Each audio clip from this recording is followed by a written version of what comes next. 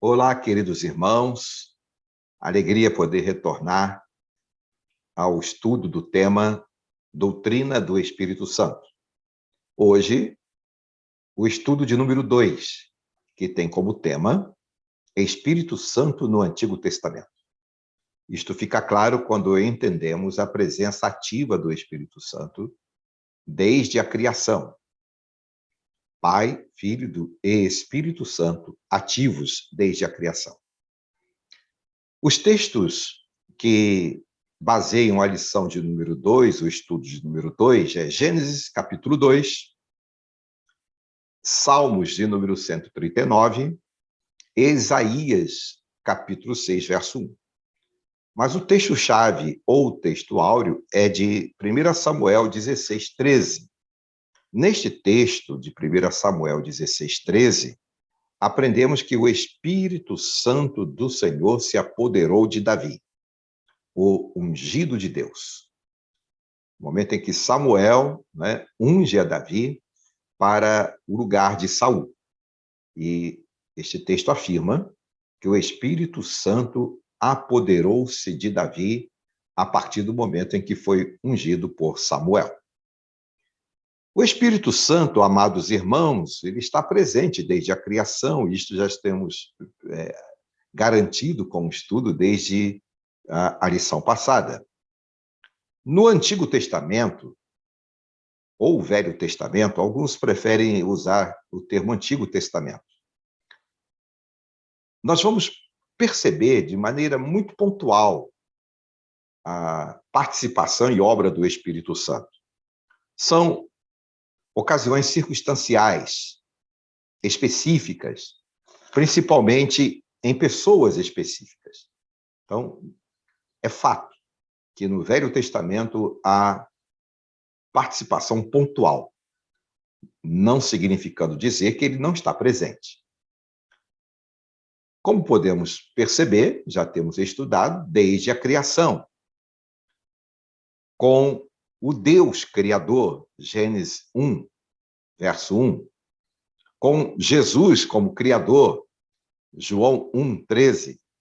Então, a presença do Espírito Santo, como João 26, 13, 33, 4, Salmo 32, 6, mostra-nos e indica-nos a presença do Espírito Santo na criação, como declarado pelos escritores da Palavra de Deus.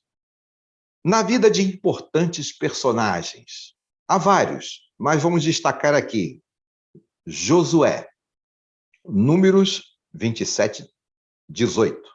Leia este texto. Aliás, todos os textos que eu indicar aqui, eu quero encorajá-lo a consultar, na sua Bíblia, seja ela através da mídia ou através dos compêndios e versões que você tem, à sua mão, ao seu alcance. Então, a presença do Espírito Santo e a atuação do Espírito Santo em Josué. Confere isto em Números 27, versículo 18. Na presença de Saul, na vida de Saul. O Espírito Santo agindo na vida de Saul. 1 Samuel, capítulo 10, verso 10. E Davi, como o texto de 1 Samuel 16, 12 e 13, que faz parte do texto-chave desta lição. E também a presença do Espírito Santo na experiência dos juízes do povo de Israel no passado. Há várias citações durante a leitura do livro de Juízes, e você vai perceber exatamente isso. O Espírito Santo é nos apresentado no Antigo Testamento. A habitação do Espírito Santo, ou a atuação do Espírito Santo, era na vida dos homens de Deus do passado. Nós podemos perceber esta mesma forma de habitar e de fazer de forma muito mais pontual, muito mais presente, melhor dizendo, no Novo Testamento. O Espírito Santo, habitação no Novo Testamento, é na vida dos crentes e na vida da igreja, principalmente na vida do crente a partir da salvação. 1 Coríntios 3, 16 e 17. Consulte também 1 Coríntios 6, 19 e 20. O Espírito Santo está presente no plano de Deus desde o princípio. No plano redentor, principalmente, para salvar e redimir o pecador, o homem que se afastou por causa do pecado.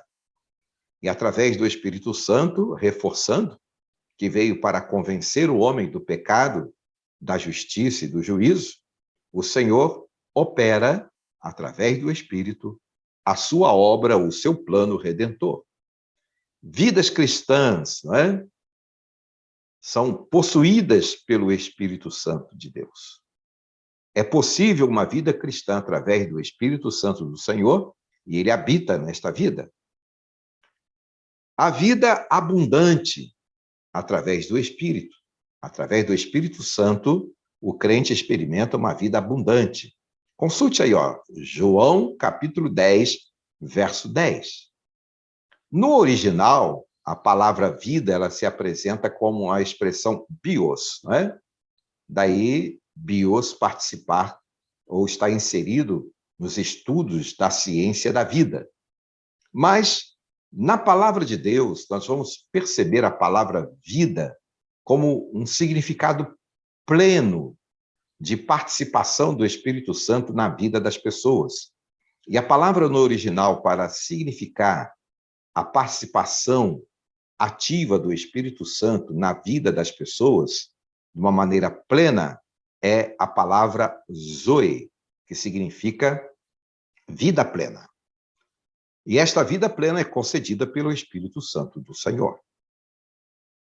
É o nascer do Espírito Santo na vida das pessoas. E Jesus Cristo, queridos amigos, nos mostra o significado desse nascer, não é? João, capítulo 3, versos de 1 a 8. Somos alcançados pela graça para a salvação e vida eterna com o Senhor. Consulte outros textos que são importantes neste estudo sobre a participação do Espírito Santo a partir do Velho Testamento e também no Novo Testamento. João 16, versos de 1 a 16, Mateus, capítulo 11, verso 28. E Jesus convida as pessoas a estarem realmente recebendo o Espírito Santo em suas vidas para a salvação e o descanso em Cristo. E por isso ele diz: vinde a mim. Então, quem conduz o pecador é o Espírito Santo. No Velho Testamento, através de pessoas de forma pontual, o Espírito Santo agiu. E no Novo Testamento, de forma específica e constante, o Espírito Santo vai agir, salvando, habitando nas pessoas e conduzindo as pessoas a Jesus e a experiência com a sua palavra.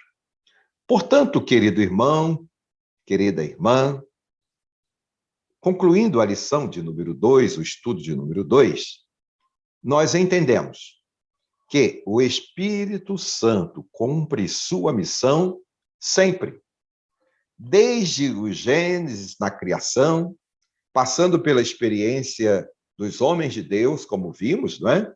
Josué, por que não dizer Moisés também? Por que não dizer Abraão também? Não é? Mas Josué, o rei Saul, o rei Davi, homens de Deus que participaram da orientação dos profetas, na vida dos profetas, e, de forma especial e específica, na pessoa do Espírito Santo, Jesus atua na vida dos homens de Deus, desde o passado, mas principalmente naqueles que se converteram ao Senhor, a partir dos apóstolos, a igreja primitiva, ao longo da nossa história até que Jesus volte. Então, é o Espírito Santo cumprindo a sua missão sempre.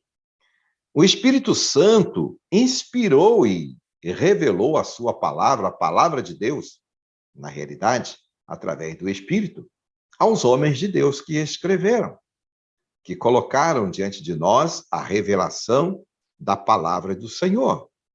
E o Espírito Santo, querido irmão, querida irmã, capacita o crente e a igreja de Jesus Cristo para a compreensão e a aceitação da palavra como palavra da verdade na vida do crente. E o Espírito Santo, então, atua na vida do homem, salvando, e na vida do crente, conduzindo e capacitando.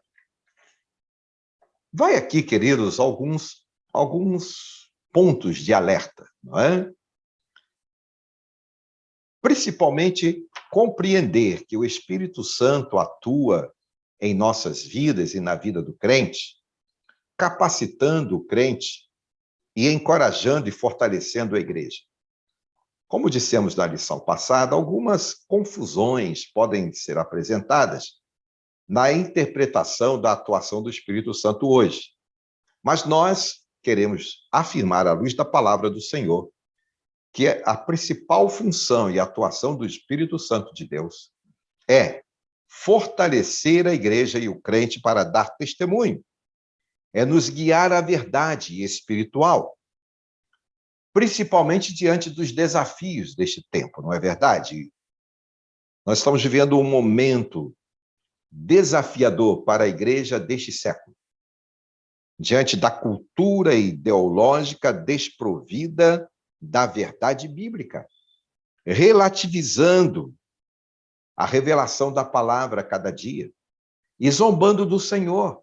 Nós temos visto isto, irmãos, assim, de forma muito aberta. Então, o Espírito Santo precisa nos capacitar para viver e vencer esse tempo tremendamente desafiador. A igreja precisa de ser conduzida pelo Espírito Santo para vencer os desafios deste tempo presente. Quero que você esteja lendo também o texto de Isaías, capítulo 61, versículo de número 13, e você vai ver neste texto que o profeta Isaías já revelava pelo Espírito Santo do Senhor que Jesus Cristo seria aquele que, através do Espírito Santo também, não é?